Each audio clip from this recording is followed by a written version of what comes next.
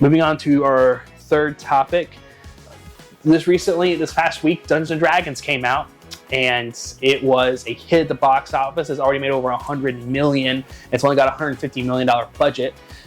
Brett, you and I saw this movie with both of our significant others. Yep. What did you think about the Dungeons & Dragons movie? I think it was a good laugh. It really didn't try to take itself so seriously. Be like, this is a hardcore like fantasy movie. Like, this is a Lord of the Rings level storyline. Like the writers knew that this was supposed to be like a family movie, and I think they did really well in doing that. And going into the movie, I thought, oh, they jammed Chris Pine in here. That must mean that, like, the movie isn't great, and they needed someone with some star power to, force a couple laughs out of. He really wasn't the funniest person. Yeah, he really wasn't the funniest person in my opinion. He was funny. He gave me some laughs, but it was like character to character. I was laughing. There wasn't one person specifically that was like jammed in there. It felt very balanced. Yeah, because when you have that one person jammed in there, and they're like, "Hey, I'm the comedic character." Awkwafina and everything she's in. Yes. Or Kevin Hart and everything he's in.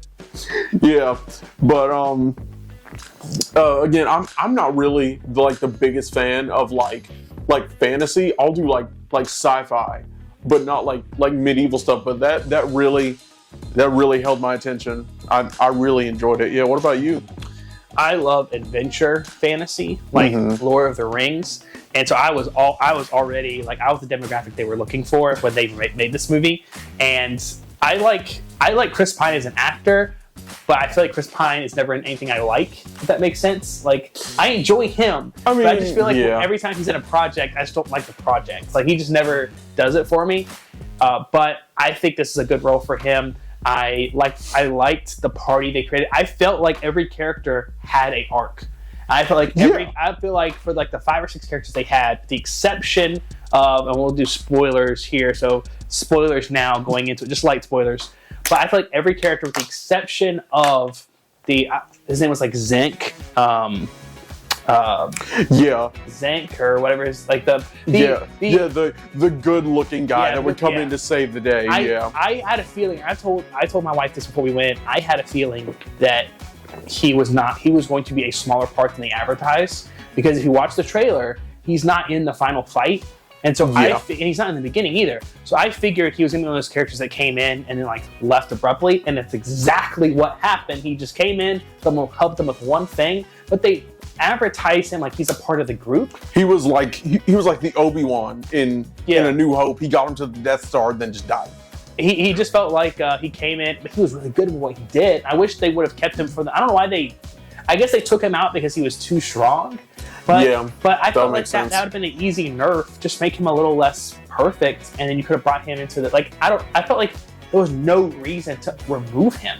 Or like make the final villain stronger. Yeah, or just make him a little bit weaker. Yeah. Just a little bit weaker. But I thought the way he did in the movie that was really good. I liked everything he did. But I felt like every character was unique.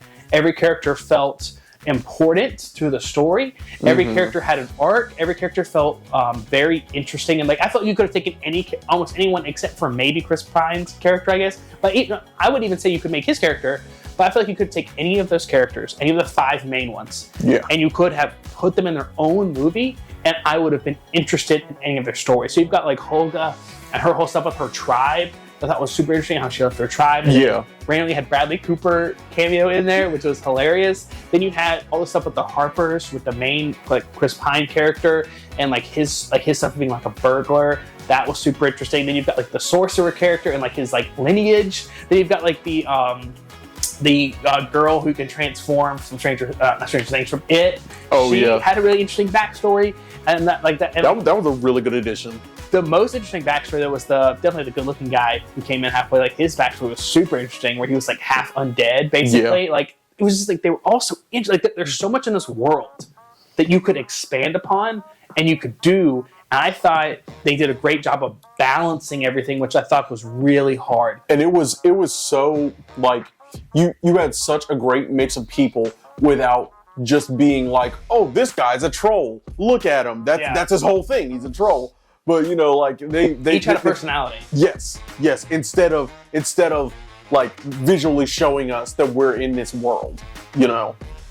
It felt lived in. It felt the story, I feel like, could have been tweaked a little bit here and there.